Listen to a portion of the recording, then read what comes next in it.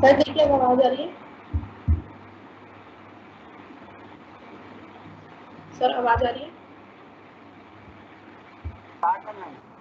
ये आवाज आ रही है सर आपकी? जी सर। जी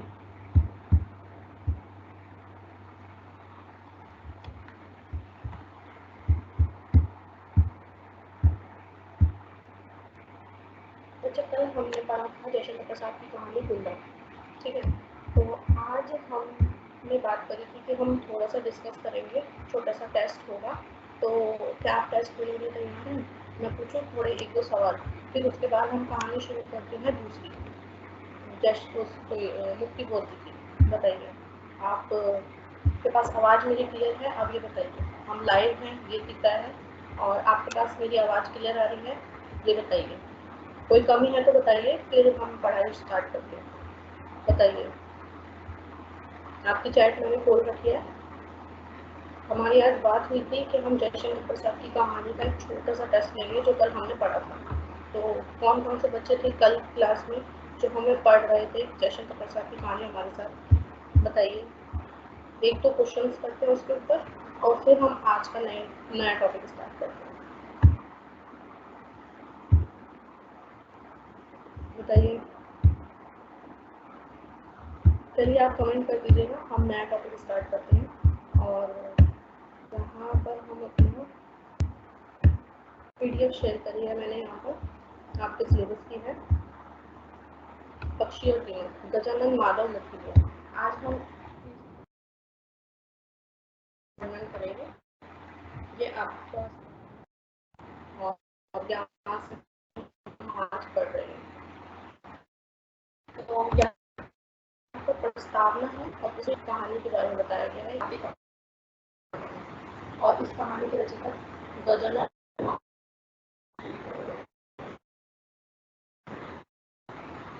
ये हम करते हैं, ठीक है। और मुक्ति बोध जी विद्यालय और अकादमिक जगत में महिला के इर्द गिर्द घूमती हुई कहानी है। इसमें यह बताने का प्रयास किया है कि भ्रष्टाचार कहाँ से फैला हुआ है और विद्यालय या आर्थिक जगत में भ्रष्टाचार काफी हद तक फैला हुआ है और किसी चीज को इन्होंने अपनी इस कहानी में बताया, ठीक है।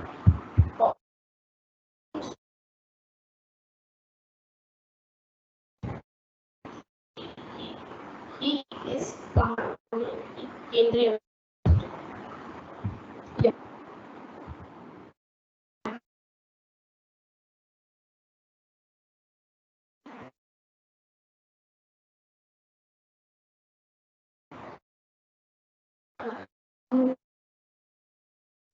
क्या है कि किस तरह से आपको पढ़ना है, इसको पढ़ना, ठीक है।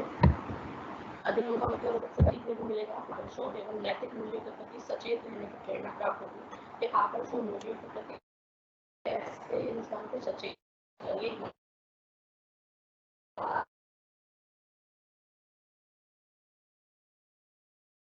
बीच में प्राप्त। आप भ्रष्टाचार के बारे में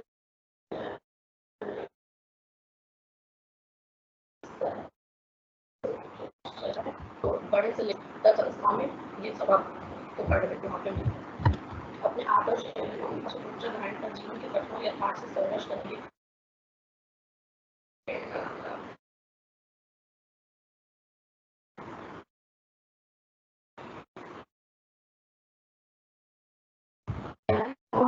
जीवन का सफर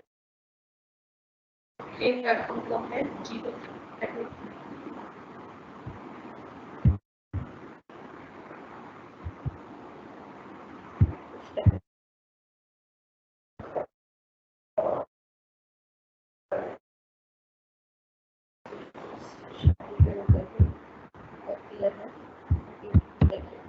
यहाँ पर किसी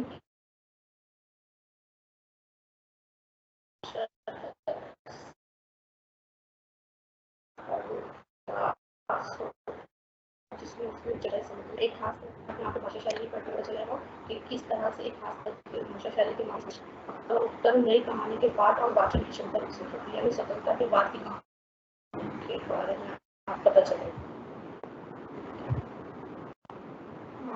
के बारे में पहले भी जान लेते हैं, क्योंकि अगर आपसे एग्जाम में पूछा जाएगा कि पक्षी और डीमा कहानी के लेखक के बारे में कुछ बताइए या विस्तार पूर्वक वर्णन कीजिए, तो आपको उसमें गजानन माधव मुक्ति बोध के बारे में बताना, उसके राइटर के बारे में आपको थोड़ा बहुत पता होना चाहिए। बहुत ज़्यादा विस्तार में नहीं जाएंगे, लेकिन थोड़ा बहुत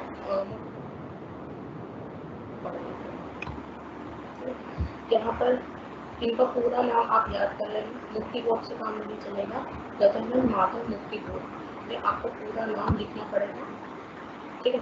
और इसके साथ ही आप लिखेंगे कि ये आधुनिक साहित्य के रचनाकार, ठीक है।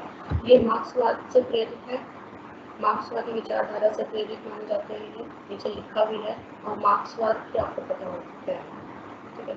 नहीं पता है तो ज़्यादा विस्तार में मत जाइएगा, सिर्फ इतना लिख लीजिएगा कि विचार मार्क्सवादी विचारधारा से तो देना जरूरी होता है। अगर तो उसमें पूछ लिया तो फिर आप वहाँ पर फंस जाएंगे। वैसे तो शायद मैंने जहाँ तक पढ़ा है कि आपसे कहानी के बारे में, वो कहानी रचनाकार के बारे में तो इतना नहीं पूछते हैं, लेकिन फिर भी अगर पूछ लेते हैं तो आपको पता होना चाहिए कि क्या है। तो आप यहाँ पर दिखाएंगे कि ये विचारधारा से प्रेरित है और ये प्रगतिवादी रचनाकार का नाम, ठीक है। आपने पढ़ा भी होगा जब आधुनिक काल तो छायावाद के बाद प्रगतिवाद आता है, तो प्रगतिवाद में गजानन माधव मुक्ति बोध का नाम, ठीक है। मुख्य बात है वो ये है कि इन्होंने मध्यवर्गीय अंतर्द्वंद्वों को और अपनी रचना। अब मध्यवर्गीय अंतर्द्वंद्व क्या होता है, इस चीज़ को हम समझ लेते हैं। मध्यवर्ग जो हमारा मिडिल क्लास है उसको हम कहते हैं मध्यवर्ग, और अंतर्द्वंद्व का मतलब होता है अपने ही अंदर के द्वंद्व, द्वंद्व का मतलब होता है संघर्ष, अंतर्द्वंद्व का मतलब होता है अपने ही अंदर उलझनों, समझ में आया। अंतर्द्वंद्व का मतलब होता है, द्वंद्व का मतलब होता है संघर्ष, और अंतर्द्वंद्व का मतलब होता है अपने ही अंदर की उलझनों से जूझते हुए इंसान या मध्यवर्ग के बारे में। मध्यवर्ग की अपनी ही परेशानियाँ जो उनके अंतर मन में चलती रहती है, आपसी संघर्ष उनके मन में चलता है, उसको केंद्र में रखकर इन्होंने अपनी रचनाओं को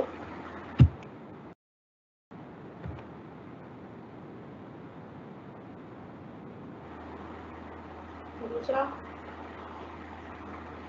यहाँ पर मुक्ति बोध जी का जन्म तो आप याद कर ही लेंगे, ठीक है, और बाकी मैं डिटेल में नहीं जा रही, बस जान मार्क्सवाद से प्रेरित है, इनके रचनाओं में मार्क्सवाद आपको दिखाई देगा, ठीक है। मध्यवर्ग के अंतर्गत इनकी खास एक मुख्य विचारधारा मध्यवर्ग और उनकी परेशानी इन्होंने अपनी रचनाओं में लिखी।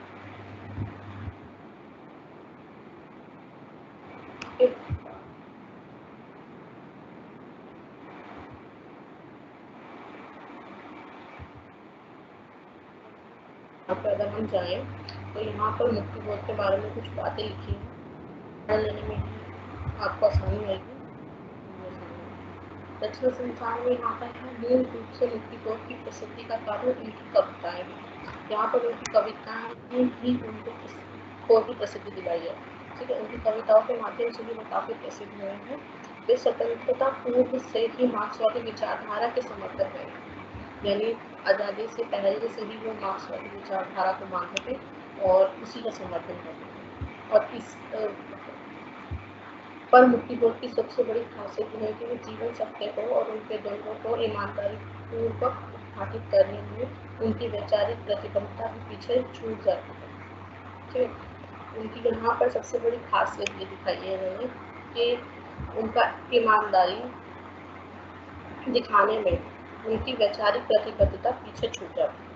वैचारिक प्रतिबद्धता मतलब उनके जो विचार वो पीछे छूट जाते हैं,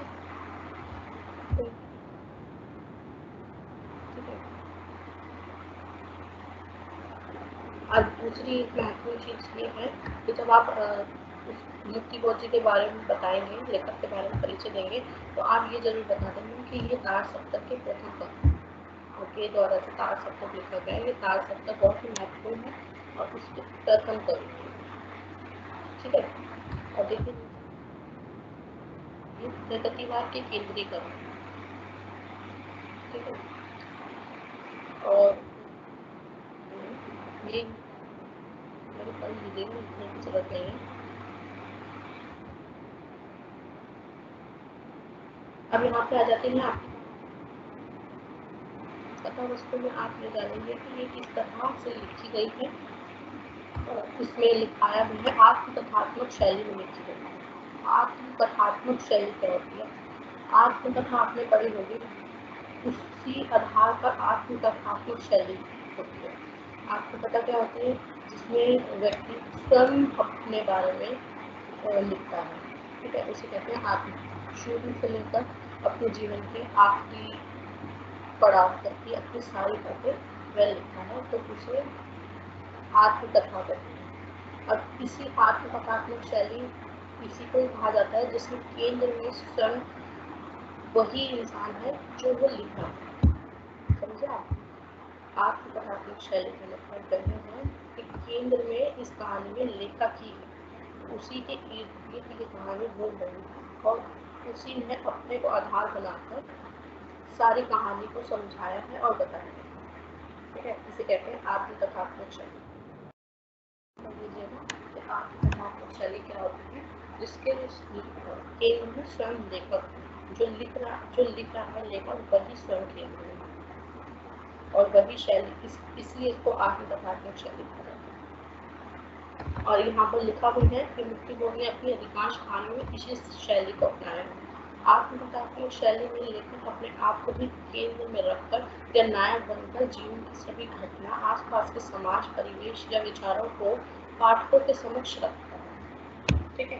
यही चीज मैंने बताई आपको कि केंद्र में स्वयं लेखक होता है, या तो वह मैं शैली का उपयोग करता है या नायक स्वयं बन जाता है और जीवन की हर एक घटना को और अपने आसपास के समाज, परिवेश को और अपने विचारों को पाठकों के सामने रखता है। तो इस पक्षों की कहानी में यही हुआ। वह अपने अंतर जगत और बहिर् जगत से जोड़ता है, तो बहिर् जगत से जोड़ता है। वह अपने अंतर जगत को बहिर् जगत से जोड़ता है। अंतर जगत का मतलब होता है अपने अंतर्मन, अपने अंतरात्मा, जो जैसे हम लोग हैं तो हमारे अंदर काफ़ी बातें चलती रहती हैं, ठीक है। तो उन्हीं सवाल जवाबों को बाहर के समाज से जोड़ता है, अपने अंतर्मन को बाहर के समाज से जोड़ता है। यह स्वयं को नायक बना आत्मविश्लेषण करता है, ठीक है। आत्मविश्लेषण का मतलब होता है जहाँ पर व्यक्ति स्वयं अपने से ही सवाल जवाब करके अपना ही मूल्यांकन करता है, किसी के सामने अपनी बात न रखे, खुद ही आत्मविश्लेषण करता है। इस कहानी के केंद्र में भी मुक्ति बोध स्वयं, ठीक है। अब यहाँ पर कथा वस्तु का संबंध व्यवस्था में मौजूद भ्रष्टाचार, नायक की इसमें लिप्तता, आत्म स्वीकृति एवं इस लिप्तता से बाहर निकल आने के संकल्प से,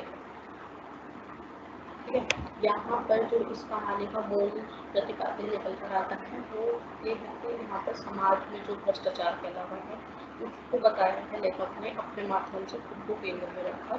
ये कहानी पूरी उन्होंने अपने आत्मकथात्मक शैली में जो लिखी है उसमें उन्होंने भ्रष्टाचार में वो खुद कैसे फंस गए हैं ये बताया है। और उसमें आत्म स्वीकृति मतलब उन्होंने यह स्वीकार भी किया है कि हाँ मैं भ्रष्टाचार में फंस जाने के कारण भौतिक सुख सुविधाओं के लालच में भ्रष्टाचार में फंसा, और ये चीज़ उन्होंने मानी भी है, स्वीकार भी करी है। और इस लिप्तता मतलब इस लालच से बाहर निकलने के संकल्प उन्होंने कैसे लिया है ये बताया, ठीक है। इस लाइन को अंडरलाइन करना काफ़ी इम्पोर्टेंट है एग्ज़ाम के नज़रिए से। अब ये कहानी जो है ये शुरू में छत्तीसगढ़ से है, लेकिन जिसमें लिखा है इसमें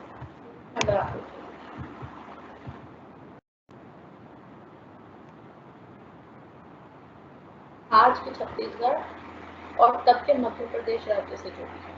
आज ये छत्तीसगढ़ की कहानी है, छत्तीसगढ़ का परिवेश दिखाई देगा, लेकिन पहले का ये मध्य प्रदेश राज्य से जुड़ी है।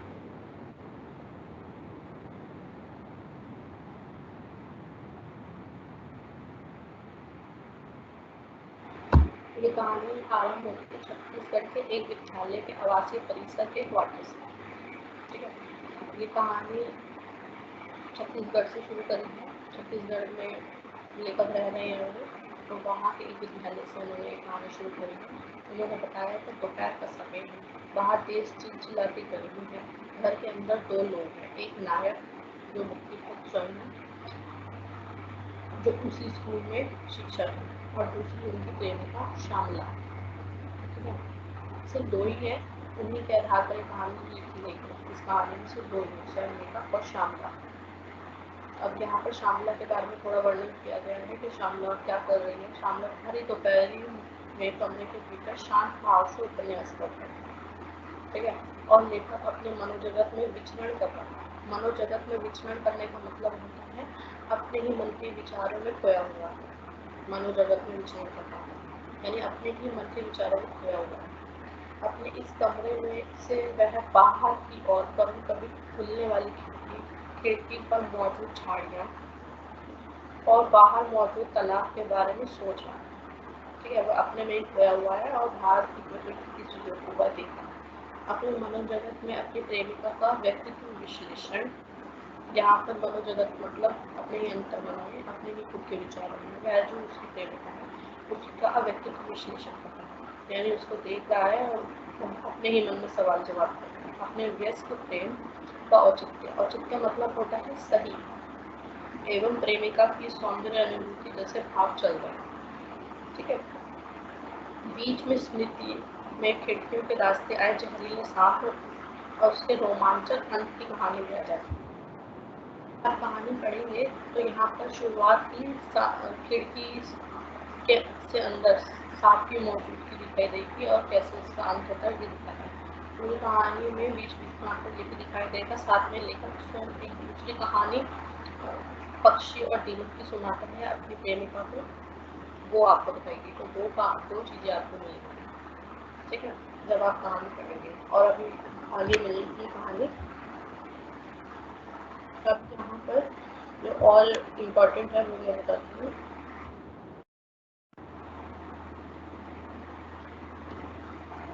ये सारी चर्चा लेखक स्वयं से ही कर रहा है। ठीक है, ये सारी चीज़ें अपने बारे में खुद ही अपने मनोजगत में खोया हुआ है, जैसे पहली लाइन में है वो ये सारी चर्चाएं खुद ही अपने आप में कर रहा है। उनकी लेखिका के बारे में विस्तार से जो बताया गया वो ये है कि श्यामला एक पढ़ी लिखी आधुनिक चेतना से संपन्न एवं दृढ़ व्यक्तित्व की महिला है। ठीक है, और जबकि नायक मैं अंतर्द्वंद से घिरा, वही अपने ही अंतरात्मा में घिरा हुआ है, अपने ही सवाल जवाबों में घिरा हुआ है वो, और चिंतनशील है, अहिंसा पर ढुलमुल एवं व्यवहारिक निर्णय हेतु प्रेमिका का आश्रय ढूंढती हुई है। ठीक है, श्यामला लेखक को शाम में विद्यालय के मैदान को समतल करने से संबंधित होने वाले संचालक मंडल की बैठक में शामिल होने की याद दिलाती है। लेखक इस मंडल का एक सदस्य है। वह उसके आलसीपन को इंगित कर उसके उत्तरदायित्व का एहसास कराती है और यहीं से कहानी का मूल विषय खुलना प्रारंभ होता है।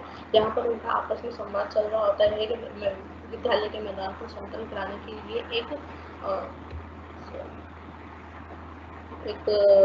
मीटिंग है, यानी संचालन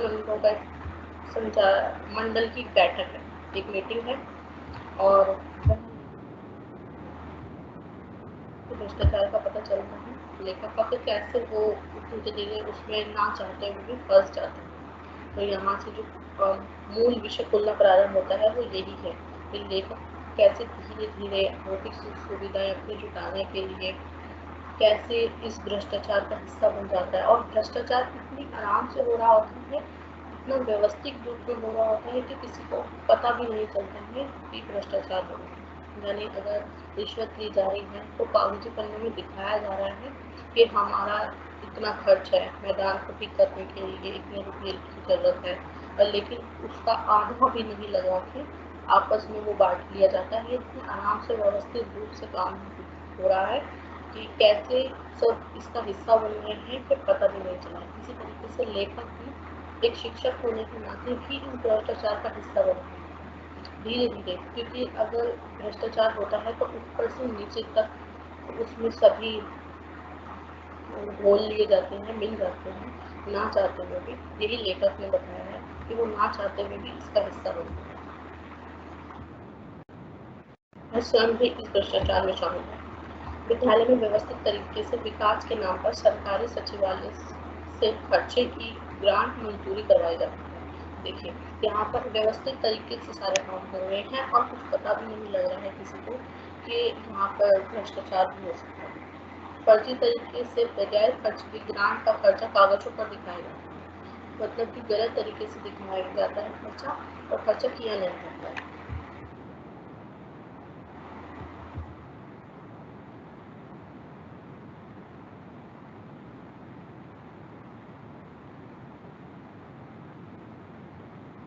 सरकारी सचिवालय से लेकर स्कूल शिक्षकों तक के आवंटन की बंदरबाट हो जाती है, यानी ऊपर से लेके नीचे तक स्कूली शिक्षक तक इसमें शामिल हो जाते हैं। इस सारी व्यवस्था को सुचारू रूप से चलाने वाला एक व्यक्ति है, जिसे इशारों पर लेखक सहित सभी नाचते हैं। ठीक है, यहाँ पर लेखक ने उस इंसान के बारे में बताया है जो इन सबका मेन सदस्य है, जिसके अंदर ये सब लोग आते हैं, और वर्णन आपको कहानी में मिलेगा, जो मेन कहानी है। ठीक है, ये कथा वस्तु है, और यहाँ पे कुछ दिए गए हैं अनुवाद संवाद।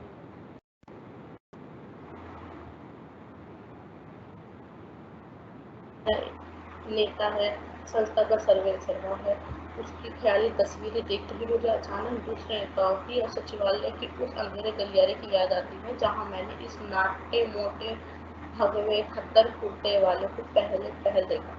यहाँ पर उस व्यक्ति का वर्णन किया गया है जिस जो इसका मेन सदस्य है, ठीक है, और जिसके अंदर में ही ये सब काम हो रहा है, और इसमें शिक्षक जो नायक है वो भी घोल लिया गया है। और नहीं सकता क्योंकि वो काफ़ी शक्तिशाली, जैसे बताया है कि उसको देखते ही अजीब सा और बहुत ही ज़्यादा खतरनाक दिखाई, प्रकृति के रूप उसका है, और उसके आगे कोई बोलने की हिम्मत नहीं रखता, तो लेखक भी नहीं रखता। तो ये सब वर्णन किया गया है इस कहानी में, जो मेन सदस्य है भ्रष्टाचार का। अब यहाँ पर थोड़ा बताया गया है कि श्यामला के बारे में, उसकी प्रेमिका के बारे में। ठीक है, तो यहाँ ने अपनी प्रेमिका को एक कहानी सुनाई है। ठीक है, तो एक पक्षी और दीमक की, जिसका जो ये टाइटल भी दिया गया है, वही एक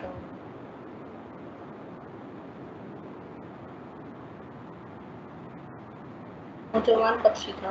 वह अपने संपूर्ण परिवार के साथ नीले ऊंचे आकाश में स्वतंत्र भाव से उड़ता रहता था। खाते पीते मौन मस्ती की उड़ान भरते उस पक्षी के पास दूर दृष्टि भी थी।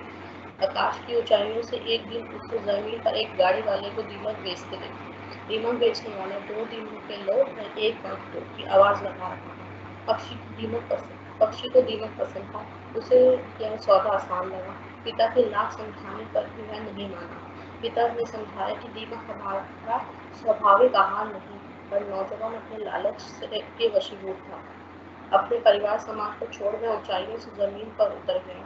अपना एक पंख नोच कर उस गाड़ी वाले को ले डाला और दीमक का स्वाद लेने लगा। इसके बाद उसने बार बार दीमकों के लिए ऐसा ही किया। धीरे धीरे उसके पंख कम होने लगे। उसे एहसास भी हुआ, पर तब तक दीमक उसकी आदतों में शुमार हो चुका। पंख इतने कम हो गए कि वह ऊंचाइयों पर उड़ने में अशक्त हो गया। फिर भी वह दीमक के बगैर नहीं रह पाता था। एक दिन उसने जमीन पर उतर खुद ही दीमकों को ढूंढना शुरू कर दिया। धीरे धीरे उसने खूब दीमक जमा कर लिए। अब उसकी आकांक्षा अपने पंखों को वापस पाने की हुई। उसने गाड़ी वाले को बताया कि उसके पास बहुत सारे दीमक हैं। वह उसकी दीमक लेकर पंख लौटा गया। गाड़ी वाला थका कर उसकी मूर्ता पर हंसने लगा और उसने कहा कि बेवकूफ, मैं दीमक बदले पंख देता है, पंख के बदले दीमक मिलता है। पक्षी अपने पंखों को खोकर अफसोस करता रहा। अब वह उड़ भी नहीं सकता था। एक दिन एक काली बिल्ली ने उसे दबोच लिया और उसका अंत हो गया। इस तरह कोई भी निशान धरती पर छोड़ती उस पक्षी की आकाशीय उड़ान खत्म हो गई। ठीक है,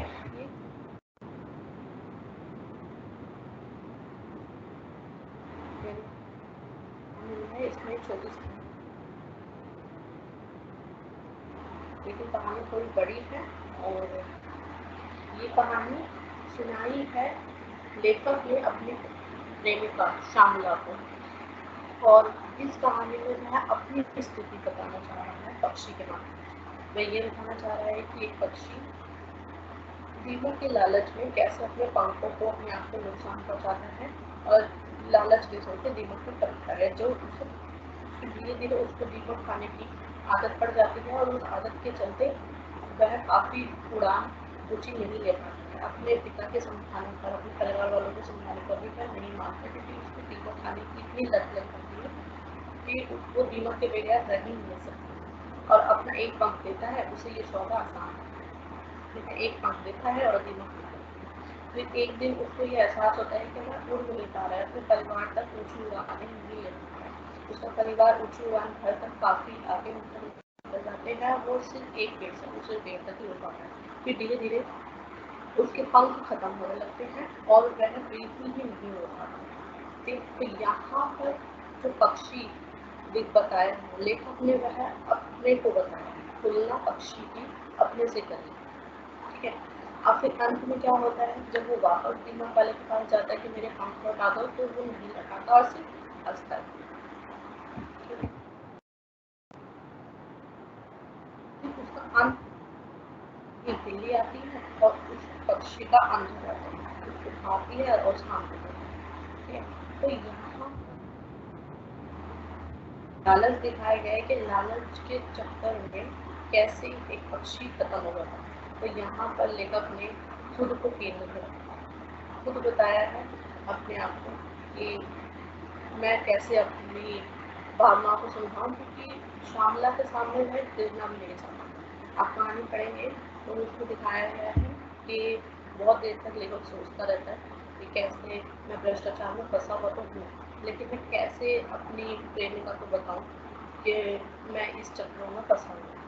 ठीक है, तो वो इस कहानी का माध्यम बनाता है अपनी प्रेमिका को समझाने के लिए, और फिर खुद ही उसको समझ में आती है कि इस तरह से मेरा भी किसी दिन खात्मा हो जाएगा अगर मैं भ्रष्टाचार के चक्कर में फंसा नहीं रहा हूँ। ये बताने का प्रयास करता है। तो धीरे धीरे धीरे वह बताता है,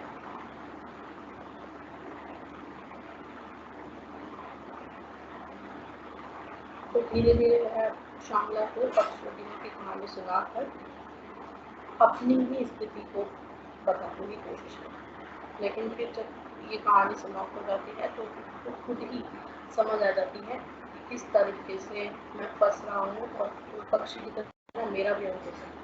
ठीक है,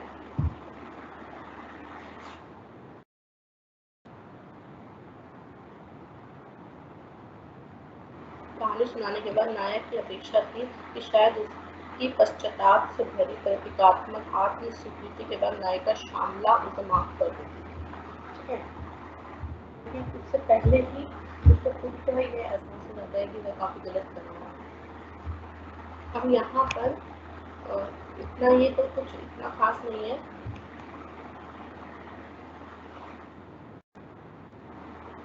यहाँ पर तो शुरुआत जैसे कहानी की एक सांप को मारने से होती है जो खिड़की से अंदर घर में आ जाता है, तो यहाँ पर वही बताया है। यहाँ पर श्यामला पूरी कहानी सुनने के बाद बोलती है कि सांप जहाँ पे दिखे मार देना चाहिए। तो यहाँ पर जो ये कहानी है ये प्रतीकात्मक रूप में कही गई है। ठीक है, प्रतीकात्मक रूप में कही गई है, इससे मतलब होता है कि प्रतीकों का, चिन्हों का यहाँ पर कहानी में पूरी तरीके से उपयोग किया गया है कि पूरी कहानी ही प्रकृति के किसी न किसी रूप को लेकर बताई गई है। जैसे यहाँ पे सांप भ्रष्टाचार को लेकर दिखाया गया, दीमक वहाँ सुख सुविधाओं को दिखाया गया, पक्षी ने लेखक ने स्वयं को बताया है। ठीक है, तो यहाँ पर सांप, श्यामला यहाँ पर बताती है कि सांप जो कभी भी हो तो उसे मार देना चाहिए। तो यहाँ पर भी यही बताया कि भ्रष्टाचार जैसे सांप की तरह ही है, वो कभी भी कहीं से भी घुस जाता है, तो जहाँ भी दिखे उसे मार देना चाहिए। जैसे यहाँ पर बताया कि श्यामला गांधीवादी आदर्शों में पली हुई युक्ति है, ठीक है। और कहानी को अच्छी तरह बताते हुए वह नायक को एक प्रतीकात्मक सलाह दे आगे बढ़ जाता है। प्रतीकात्मक सलाह मतलब चिन्हों के माध्यम से वह समझाने का प्रयास जिसे कहते हैं, उसे प्रतीकात्मक कहते हैं। सांप जहाँ भी दिखे उसे उसी वक्त मार डालना चाहिए, यानी भ्रष्टाचार सांप की तरह है, वह कहीं भी कभी भी घुस सकता है, उसे उसी वक्त इन स्थानीय आदिवासियों की तरह ही दुश्मन भाव से मार डालना चाहिए।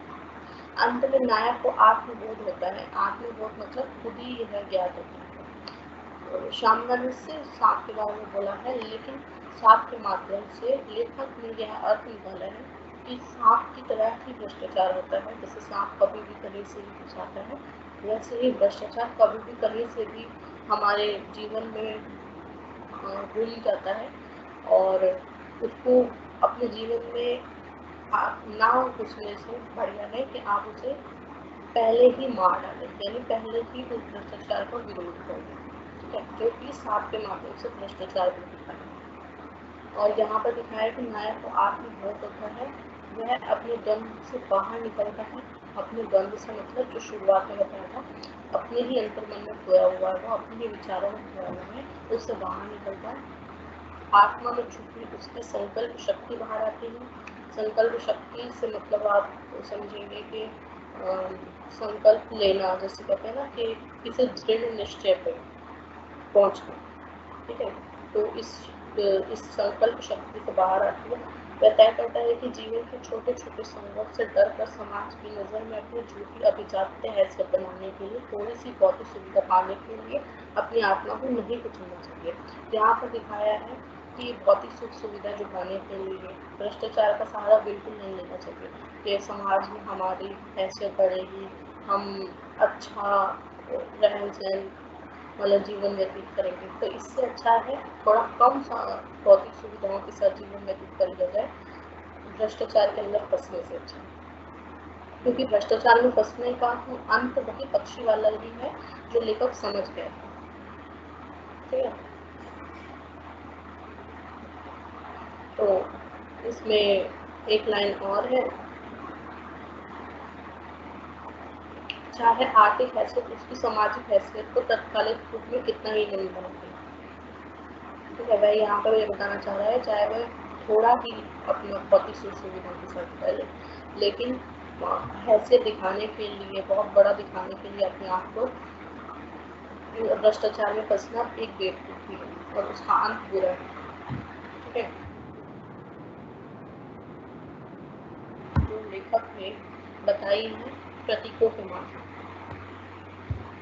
अब इस कहानी का जो अभ्यास प्रश्नावली है वो यह है कि पहला प्रश्न दिखाया गया होगा आपको, पक्षी और दीमक कहानी में पक्षी कौन है। तो पक्षी और दीमक कहानी में पक्षी स्वयं लेखक है, नायक है जो इस कहानी में वही है, और उसी ने अपने आप को पक्षी के माध्यम से समझाने का प्रयास किया है अपनी प्रेमिका को। वह चाहता है कि वह सारी बातें अपनी प्रेमिका को बताए, और सीधी तरीके से ना बताकर उसने एक कहानी के माध्यम से अपनी स्थिति को बताया, क्योंकि वह प्रेमिका की नज़रों में गिरना नहीं चाहता, ऊंचा और ऊंचा और ऊंचा और उठना चाहता है। ये एक संवाद आपको दिखाई देगा।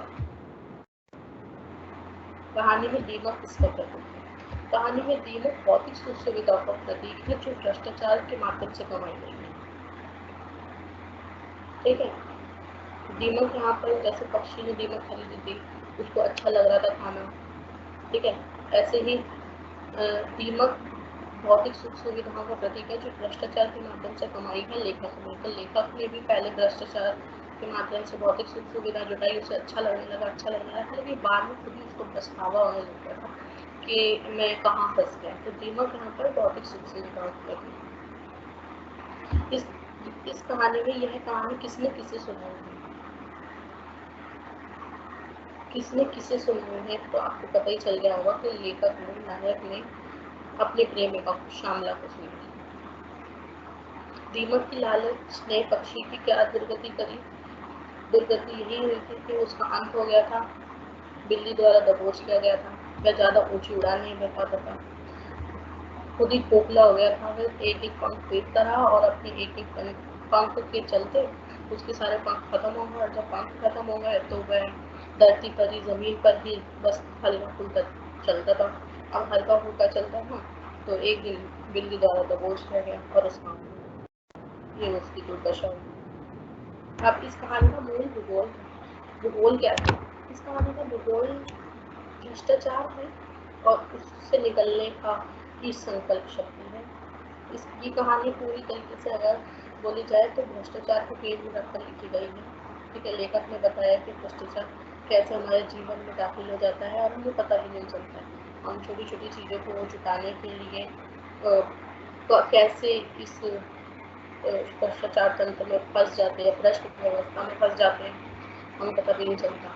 तो इस कहानी का मूल भूगोल यही समझाने का है कि भ्रष्ट व्यवस्था में फंसना और उसके बाद कैसे परेशानियों का सामना करना, खुद में ही पश्चाताप होना, ये है। और साथ में ये कहानी का अंत में ये भी दिखाया है कि इससे कैसे निकल सकते हैं, आत्मशक्ति के बल पर, आत्मबोध कर खुद ही आत्मविश्लेषण कर इस भ्रष्टाचार और इस भ्रष्ट व्यवस्था से निकला जा सकता है कि भौतिक सुख सुविधाएं थोड़ी भी कम हो लेकिन गलत रास्ते में ना चले।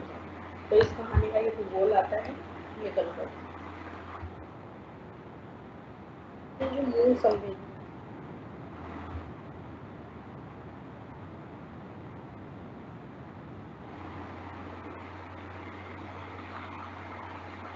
हाँ, इस कहानी में मूल संवेदना 70 के दशक में मौजूद राजनीतिक भ्रष्टाचार के इर्द गिर्द घूमती है। तत्कालीन भारतीय राजनीति में मौजूद भ्रष्टाचार टीमों किस तरह हमारी अकादमिक संस्थाओं और पढ़े लिखे बौद्धिक वर्ग की नैतिक नींव पर सेंधमारी कर रहा है, इसी का खुलासा इस कहानी का मूल तथ्य जानकर अर्थव्यवस्था इतनी ज़्यादा है कि वह शिक्षा संस्थानों में भी पहुंच गई है और शिक्षा संस्थानों में पहुंचने के बाद किस तरह से सारी प्रणाली ही भ्रष्ट हो गई है और किस तरीके से नौजवानों का भविष्य खराब हो रहा है, बौद्धिक वर्ग किस तरीके से इसमें फंसता चला जा रहा है ना चाहते हुए भी, ये सब बताया है। इसका मूल तथ्य है।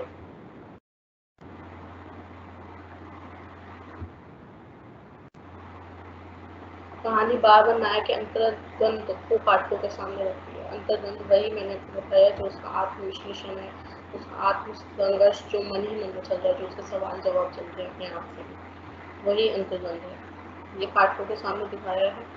तो आप कहानी एक बार पढ़िएगा तब आपको अच्छे से समझ में आएगी और अच्छे कैसे लेखक ने एक पहले शुरुआत कहानी में होती है श्यामला और लेखक की, जिसमें लेखक अपने में खोया हुआ है और श्यामला उपन्यास पढ़ती है। वहाँ से फिर सांप उनके कमरे में आता है तो वहाँ से सांप का मार था। ठीक है, उसके बाद वो घूमने के लिए वहाँ निकलते हैं तो वहाँ पर लेखक उससे अपनी बातें बताना चाहता है मन की, तो वो पक्षी और दीपक कहानी के माध्यम से बताता है। तो बताते बताते खुद को ज्ञात होता है। फिर श्यामला ऊपर चलने लगती है वापस घर की तरफ, तो वहाँ पर मरे हुए सांप कुछ लोग लेके जा रहे थे, तो वहाँ पर वो बोलती है कि सांप तो कहीं भी दिखे उसे मार देना चाहिए। तो वहाँ पर लेखक को स्वयं ज्ञात हो जाता है कि के सांप जो है वो भ्रष्टाचार उसने मान लिया है कि हाँ, सांप जो जैसे घुस जाता है वैसे भ्रष्टाचार घुस जाता है। तो उसको वहाँ पर एहसास होता है कि श्यामला सही कह रही है, सांप की तरह भ्रष्टाचार को भी खत्म कर देना चाहिए यहाँ पे, यानी भ्रष्टाचार से दूर रहना चाहिए, ज़्यादा सुख सुविधाओं के लालच में नहीं आना चाहिए। तो यहाँ पर वो इस चीज़ को स्वीकार करता है। तो ये कहानी आती है और अंतर्द्वंद बार-बार इसमें दिखाया गया है। तो यहाँ पर अंतर्द्वंद बार-बार जो दिखा रहे हैं इसका मतलब सीधा सा निकल के आता है कि लेखक अपने में ही खोया हुआ है, उसको खुद को पश्चाताप हो रहा है कि वो कहाँ फंस गया। एक शिक्षक होने के नाते वह कहाँ भ्रष्ट व्यवस्था में फंस गया, लेकिन भ्रष्ट व्यवस्था में वो खुद नहीं फंसा है, ऊपर का राजनीतिक माहौल ही ऐसा है कि वो खुद ही उसमें घुसता चला गया और इस तरह से वो इसमें इन सब चीज़ों को भूल मिल गया कि उसको पता भी नहीं चला। और अगर वो उस सब का विरोध करे तो कैसे करे, क्योंकि राजनीतिक व्यवस्था ऊपर और उसका जो मुख्य सदस्य है वो इतने बलवान थे कि उसका एक शिक्षक विरोध भी नहीं कर सकता, इसलिए वो धीरे धीरे ये सब चीज़ें सहता गया और इन सब का इन सब का हिस्सा बनता चला गया। तो यहाँ पर ये बताया, तो ये अंतर्द्वंद लेखक का चल रहा है।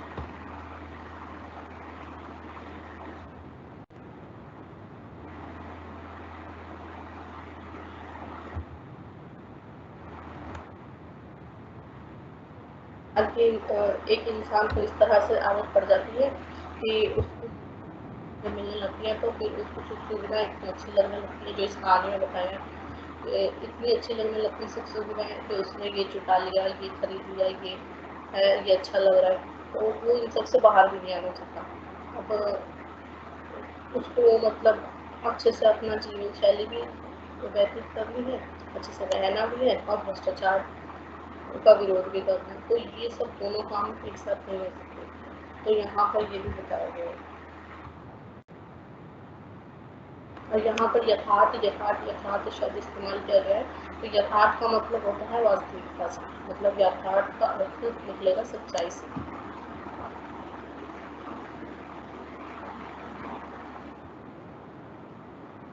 एक स्थिति को भी मध्य वर्ग भी आज इसी तरीके से भ्रष्ट व्यवस्था का हिस्सा बन गया है। ठीक है, जैसे यहाँ पे देखिए, वह मध्य वर्ग की उस मानसिकता से परेशान है जिसके तहत आज भी एक साधारण मध्य वर्गीय इंसान अपनी झूठी मोटी हैसियत व रोज के छोटे मोटे लालच को की पूर्ति के लिए अपनी नैतिक स्वतंत्रता को गिरवी रख देते हैं। तो इस लाइन का अगर मतलब सुनिए तो मध्य वर्गीय इंसान भी अपने छोटे छोटे लालच के चक्कर में, छोटी छोटी अपने आप को ऊंचा दिखाने के चक्कर में, छोटी मोटी हैसियत को दिखाने के लिए वो कब इस भ्रष्ट व्यवस्था में घुस जाता है उसको खुद को भी पता चलता है।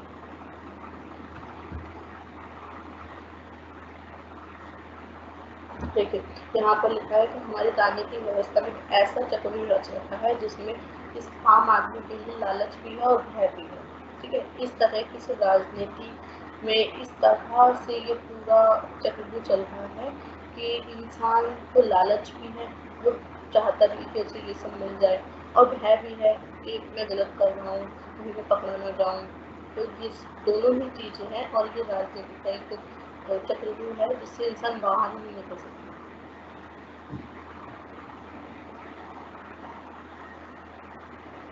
यहाँ पर लोग देखिए, यथार्थ मतलब मैंने अभी बताया वास्तविकता से और सच्चाई से है। यथार्थ की दुनिया उसके लिए इतनी कठोर है कि उसके समक्ष उसके आदर्श और मूल्य दम तोड़ जाए। मतलब उसकी सच्चाई वाली दुनिया अगर वो निकल के देखता है भ्रष्ट तरीके से, इतनी मुश्किल हो जाती है उसके लिए कि उसके जो आदर्श हैं कि मैं ठीक है, मैं इसका विरोध करूँगा और मैं ये सब चीज़ें नहीं मानूंगा जो भ्रष्ट तरीके से, तो वह ये सब चीज़ें कर ही नहीं पाता समाज में, क्योंकि उसके लिए काफ़ी मुश्किल हो जाता है, उसके खुद के मूल्य दम तोड़ देते हैं। ये लेखक ने इस कहानी में बताया है। कहानी में ये अपने नोट्स पे ना अंडरलाइन कर लीजिएगा, नैतिक आदर्श और जीवन के कठोर यथार्थ का द्वंद भी इस कहानी की मूल संवेदना का एक पक्ष है। ठीक है, कहानी में प्रेम में मौजूद नैतिक उन्नयन की क्षमता को भी अभिव्यक्ति मिलती है। अब नैतिक उन्नयन मतलब होता है आदर्शों को ऊंचाई तक ले जाना, जो प्रेम के माध्यम से ही होता है। अब लेखक श्यामला से प्रेम करता है, तभी वह प्रेम को समझते हुए श्यामला से झूठ नहीं बोलना चाहता है और सच बताने का प्रयास करता है। तो ये नैतिक उन्नयन ही है कि प्रेम के माध्यम से कैसे वह अपनी सारी चीज़ों को बताता है, नैतिक आदर्शों को ऊंचा उठाना चाहता है। तो ये प्रेम के माध्यम से कैसे वह भ्रष्ट व्यवस्था से बाहर निकलने का उसको उपाय सोचता है, तो ये बताया।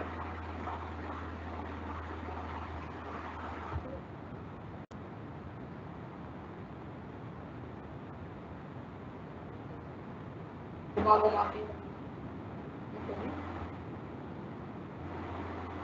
कहानी में भ्रष्टाचार से निजात पाने के लिए आत्मशक्ति पर जोर दिया गया है। आत्मशक्ति मतलब अगर आप खुद वहाँ पर निजात पाने के लिए सोचें कि हम कैसे इस चीज़ को रोक सकते हैं, तो वहाँ पर ये बताया गया है।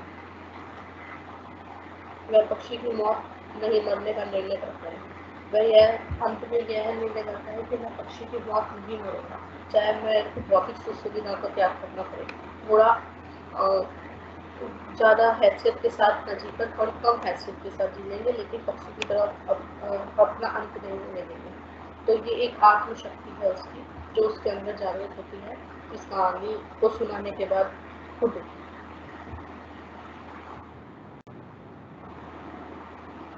कहानी में भ्रष्टाचार की पहुंच सांप की तरह हर जगह होने की बात भी स्वीकार की गई है। तो यहाँ पर मैंने बताया था कि भ्रष्टाचार के माध्यम से बताया गया है और प्रतीक के रूप में सांप का उपयोग किया गया है कि कैसे छोटी छोटी सुविधा के रूप में या किसी भी समाज के बीच कभी भी घुस सकता है। यहाँ तक कि आपसी नितांत निजी संबंधों की भावुक कमजोरियों के रास्ते भी में प्रवेश पा जाता है।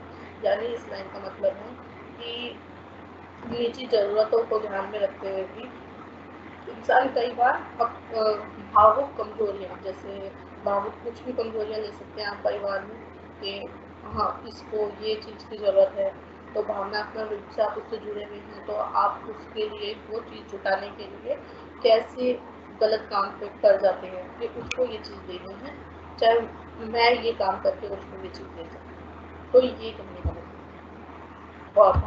भावुक कमजोरियाँ जो आपको कमज़ोर कर देती हैं।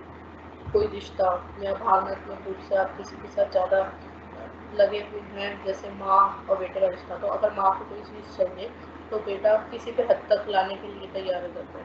तो यहाँ पर ये बताया कि निजी संबंधों के चलते भी भ्रष्टाचार हमारे जीवन में प्रवेश कर जाता है।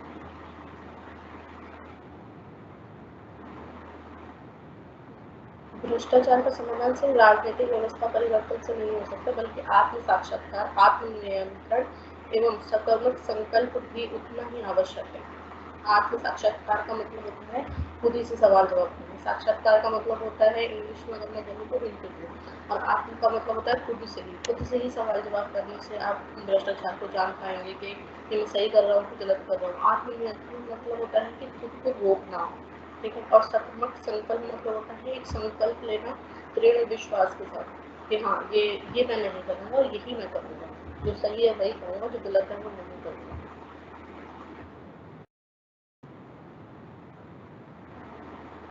ठीक है। हमें तो ये बहुत ज़रूरी है। अभी लास्ट में तो यहाँ पर मैं शिल्प समझा देती हूँ कि ये कैसे शिल्प मिलती है।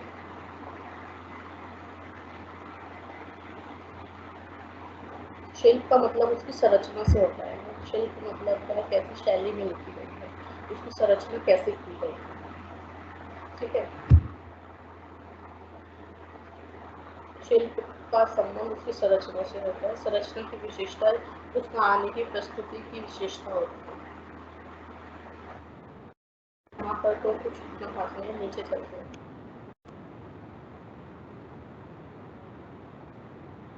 नमक कतरोगा में भी भ्रष्टाचार को बताया है।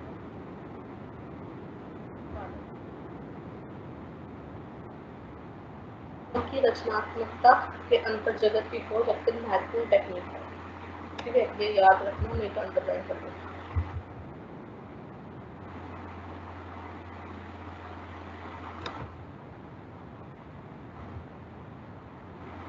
कहानी के शिल्प में भी यह विशेषता देखने को मिलती है। लगातार मैं के मनोजगत में चल रहे हलचल को अपनी भाषा में उतारकर मतलबीय जन के साथ जोड़ देने की टेक्निक इस कहानी में महत्वपूर्ण शिल्पगत था। हाँ, प्रतीकात्मकता। प्रतीकात्मकता क्या होती है? प्रतीकात्मकता होती है जो जिसमें हम प्रतीकों के माध्यम से कहानी को या उपन्यास को विस्तार देते हैं। तो ये इस कहानी में प्रतीकों का उपयोग किया गया है। प्रतीक जिसमें पक्षी आ जाता है, दीमक आता है, सांप आ जाता है, और भी कहानी पढ़ेंगे तो वहाँ पर कौवा, मछली, ये सब भी चीज़ें इस्तेमाल की गई हैं, ठीक है। तो प्रतीकों का इस्तेमाल किया गया है जिसमें चिन्हों के माध्यम से कहानी बनी है। जैसे हमने कहानी पढ़ी थी जशोदा बरसात की, वहाँ पर ऐसे किसी भी तरह की कोई भी प्रतीक उपयोग नहीं किए गए थे, कहानी में सिर्फ एक नायक था, नायिका थी और उसके बाद और पात्र जुड़ते चले जाते हैं, कहानी आगे बढ़ती चली जाती है। लेकिन यहाँ पर कहानी आगे बढ़ रही है तो प्रतीकों के माध्यम से। पक्षी और दीमक आ गए हैं, फिर सांप आ गया है, प्रकृति की और चीजें भी उपयोग की गई हैं, तो ये सब प्रतीक है। ठीक है।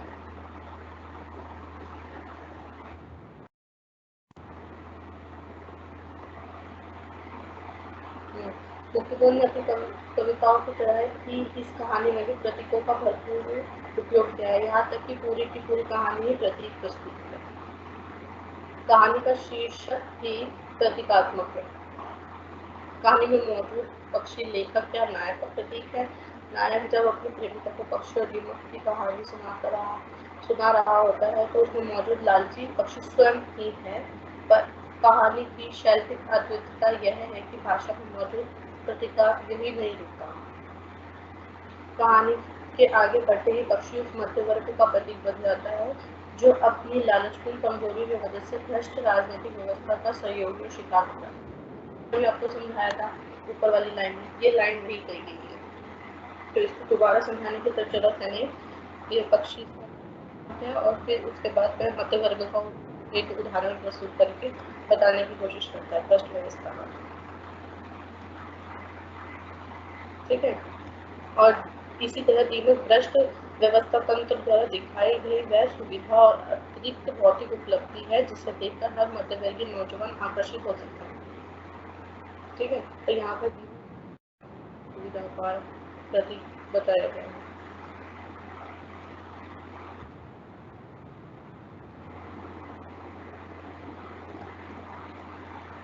कहानी में मौजूद प्रकृति भी प्रतीकात्मक अर्थ रखती है। लेखक की खिड़की के ऊपर मौजूद कांटेदार बैग की झाड़ियां लेखक के व्यक्तित्व की अभिव्यक्ति है। ठीक है। उनसे कहानी को आगे बढ़ाया गया है।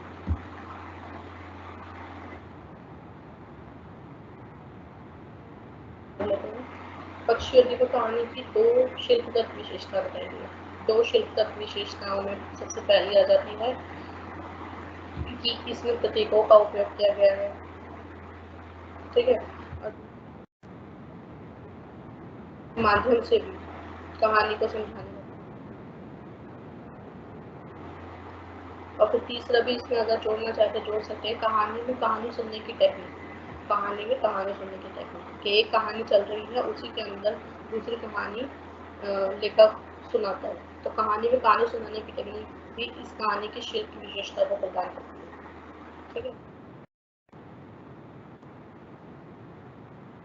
में मौजूद प्रमुख प्रतीकों एवं उनके निहितार्थ की सूची बनाई है। कहानी में कौन कौन से प्रतीक है, इसमें काफ़ी सारे प्रतीकों का उपयोग किया गया है, जिसमें खास तौर पे देखा जाएगा तो पक्षी है, दीमक है, सांप है, खिड़की है, पंख है, ये है। तो इन सब की सूची बनाई है, तो ये मैंने बता दिया।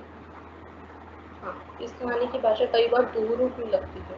दुहरू इसलिए लगती है क्योंकि इसमें ये आत्मकथात्मक शैली में लिखी गई है। जैसे मैंने पहले बताया, दुहरू का मतलब होता है कई बार समझ के बाहर ऐसे लगेगा कि आपको पढ़ने में कहानी कि ये समझ के बाहर हो गई है कहानी, ये कुछ समझ नहीं आ रहा क्या वाक्य इस्तेमाल किए गए हैं, क्या लेखक बताना चाह रहे हैं, क्योंकि वो उसके केंद्र में स्वयं लेखक है और लेखक अपने आसपास के जीवन में जो भी घटित हो रहा है और उसके खुद के जीवन में जो घटित हो रहा है वो बता रहा है। तो इसलिए कहानी कई बार ऐसा लगता है कि समझ से बाहर हो गई है। दूरों का मतलब होता है समझ से बाहर। कहानी की भाषा में किन बोलियों का प्रभाव दिखाई देता है, तो इसका कहानी की भाषा में खड़ी बोली आती है। हिंदी में मराठी, छत्तीसगढ़ी बोली और अंग्रेजी लहजे का उपयोग भाषा की विशिष्टता देता है।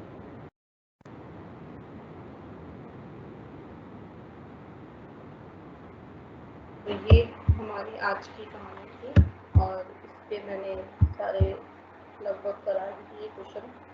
कुछ रह गया हो तो आप पूछ सकते हो।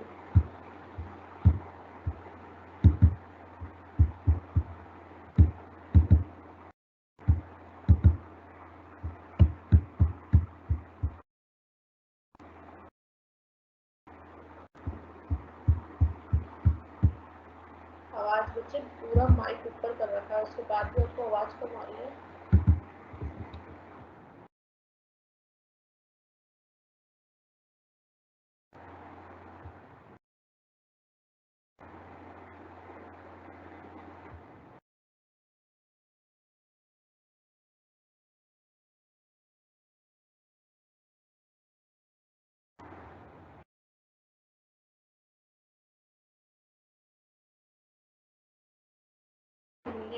हमने पक्षी और दीमक गजानन माधव मुक्ति बोध का चैप्टर मैंने बताया है, आपके सिलेबस का है, वो कहानी बताते हैं।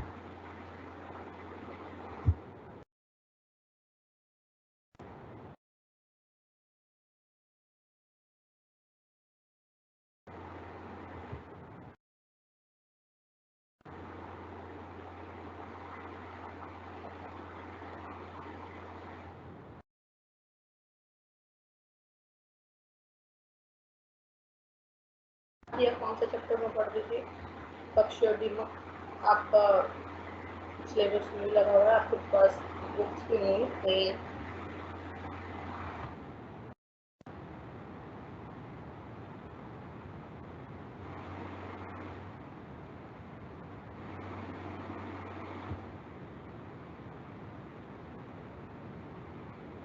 चालू आपका तो पूछ सकते हो, अभी टाइम है मेरे पास।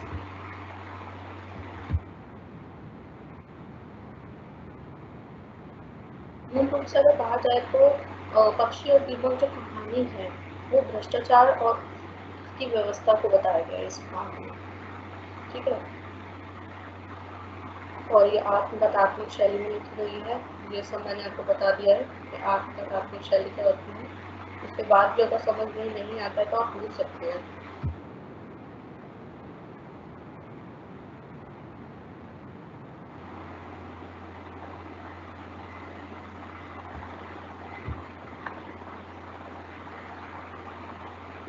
बोलिए, ये तो 1 घंटा हो गया है, क्लास ओवर कर सकते हैं अगर आपको कुछ सवाल नहीं करने हैं। और ये कौन सी चैप्टर की है मैंने बता दिया है।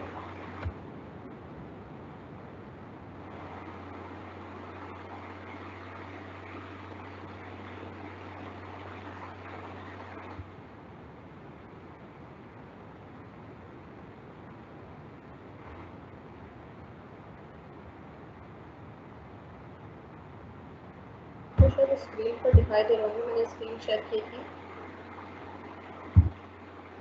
कि मैं कौन से नोट्स पढ़ा रही हूँ। ये थे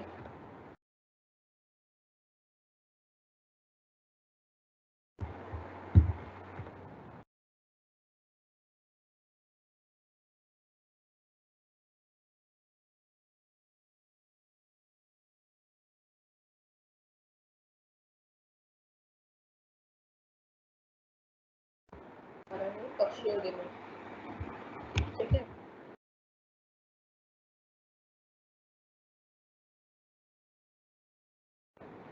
आपका ये मैंने पूरी पीडीएफ डाउनलोड कर ली है, आपके पास स्टडी मटेरियल के रूप में होगा ये मैंने इस नोट्स से इसमें, ठीक है।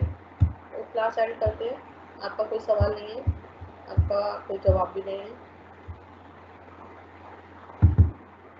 ठीक है। नए चैप्टर के साथ, और अगर आज की क्लास से संबंधित कुछ भी परेशानी हो तो आप पूछ लेना अगली क्लास में, ठीक है। क्लास एंड करने का सबको बोलते हैं।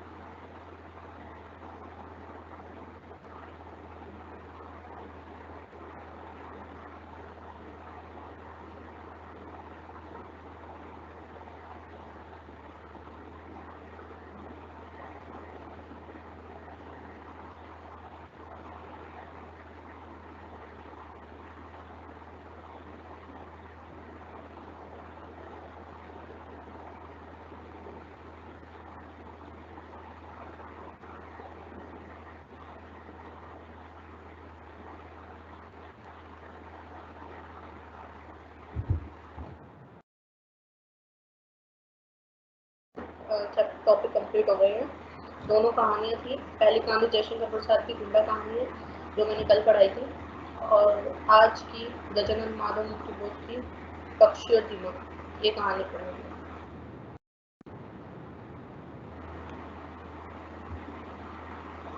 आप लोग ना काम कीजिए, करा कीजिए, जब क्लास अटेंड करते हैं तो अपना जो हिंदी की जो आपकी गद्य साहित्य है, गद्य साहित्य मतलब कहानी उपन्यासों की जो भी किताब है उसको लेके बैठा कीजिए, ताकि मैं यहाँ से तो स्क्रीन शेयर कर देती हूँ, आज करी ही है। अगर यहाँ लोगों को क्या प्रॉब्लम आई है पूछती हूँ टीम से।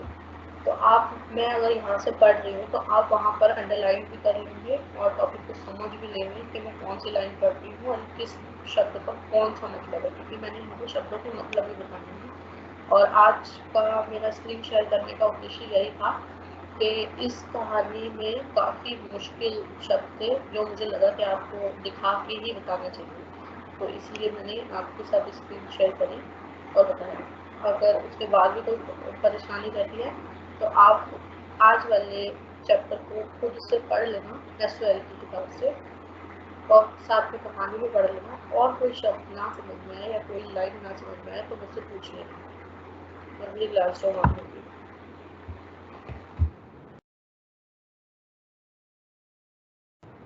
क्लास के साथ साथ अपने नोट्स भी, अपनी स्टडी मटेरियल भी लेके बैठेंगे ना, तो आपको भी आसानी रहेगी। मैं लाइन पे लाइन बता दूंगी कौन सी लाइन इम्पोर्टेंट है, कौन सी लाइन आपको समझनी है ज़्यादा, इसमें कौन सी मुश्किल वर्ड है, तो ये सब आपको समझ में आएगी अच्छे से, तभी समझ में आएगी। अब ऐसे ही सिर्फ लाइव सेशन लेती हूँ ना तो बहुत मुश्किल हो जाएगी, क्योंकि मैं यहाँ पर लाइन टू लाइन समझा रही हूँ, पढ़ा रही हूँ और मुश्किल शब्द भी करा रही हूँ, तो फिर आप नोट डाउन वहाँ पर कर लेंगे ना। अगर आपके पास कुछ होगा तो आप नोटबुक और स्टडी मटेरियल लेके बैठो। लास्ट क्लास और आज की क्लास ध्यान रखिएगा। अब क्लास का टाइम ओवर हो गया है, तो टेक केयर, अपना ध्यान रखिएगा। और मैंने क्लास ओवर करने का मैसेज कर दिया है, ठीक है। क्लास ओवर करते हैं, आपका कोई सवाल नहीं है आज की क्लास में, कोई भी प्रॉब्लम हो मैं फिर से बोल रही हूँ तो मुझसे पूछ लेना अगली क्लास में, मैं बता दूँगी, मना नहीं है किसी भी चीज़ की। और अगर इससे पहले वाली कहानी में भी कोई दिक्कत आई है, गुंडा तो जैसे प्रसाद की कहानी में नंबर आई है, तो वो भी आप पूछ लेना अगली क्लास में, अगर कुछ नहीं समझ में।